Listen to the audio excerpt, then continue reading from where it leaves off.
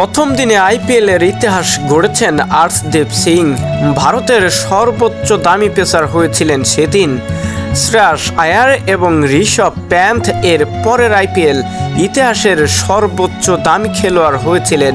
কিন্তু দিন শেষে পেসারদের নিয়েই কাড়াকাড়ি ছিল দলগুলোর। দ্বিতীয় দিনে এসেও সেই চিত্রের খুব একটা বদল হয়নি। একাধিক বড় নাম আনসোল্ড থাকলেও ফ্র্যাঞ্চাইজিগুলো লড়েছে পেসারদের জন্য। এই কাড়াকাড়ির মাঝে অবশ্য পেসারদের হারাচ্ছে চেন্নাই সুপার কিংস।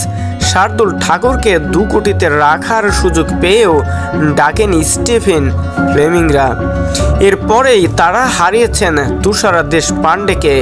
1 কোটি রুপিতে তার জন্য লড়াই শুরু করেছিল, কিন্তু শেষ পর্যন্ত আর তাকে ধরে রাখতে পারেনি তারা। চেন্নাই সুপার কিংস কিভাবে এবার দল সাজাবে সেটাও একটু ভাবার বিষয় দর্শকদের মনে। যদিও দেশপান্ডের জন্য 1 কোটি রুপিতে তার জন্য লড়াই শুরু করেছিল, কিন্তু শেষ পর্যন্ত আর তাকে ধরে রাখতে পারেনি তারা। 6 কোটি 50 লাখ রুপিতে এই পেসার গিয়েছে রাজস্থান রয়্যালসে। ধরে রাখা হয়নি দীপক চাহারকেও। লম্বা সময় ধরে তার জন্য বিট করেছিল মুম্বাই ইন্ডিয়ান্স এবং পাঞ্জাব কিংস। মুম্বাই এগিয়ে ছিল, রেছে এক পর্যায়ে যোগ দেয় চেন্নাই, কিন্তু 9 কোটি পেরিয়ে যায় তার দাম। দীপকের নতুন ঠিকানা হয় মুম্বাই ইন্ডিয়ান্স।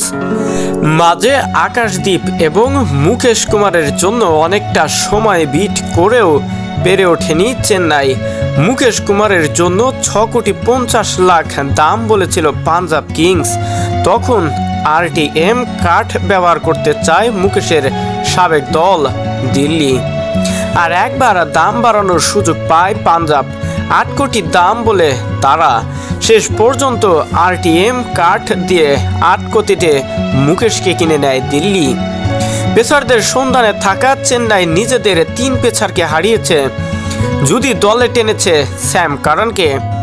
2023 আইপিএলের নিলামের সবচেয়ে দামি খেলোয়াড় ছিলেন স্যাম কারান। তখন তার দাম ছিল 18 কোটি 50 লাখ। কিনেছিল প্রীতি জিন্তার পাঞ্জাব কিংস। এবার তাকে 2 কোটি 40 লাখেই কিনেছে চেন্নাই সুপার কিংস। কিন্তু এখনও দলটির পেস বিভাগে ঘাটতি থেকেই যাচ্ছে।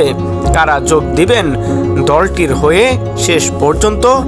আর এতেই যেন আশা বাড়ছে মুস্তাফিজুর রহমানের। নিজেদের গত আসরের পেস ডিপার্টমেন্ট থেকে বাংলাদেশে এ পেসারকে ধরে রাখার একটা চেষ্টা করতেই পারে চেন্নাই সুপার কিংস, অথবা এটাতেই হয়তোবা দারুণ একটা সুযোগ হতে যাচ্ছে মুস্তাফিজুর রহমানের জন্য। শহীদুল ইসলাম শহীদ, স্পোর্টস ডেস্ক।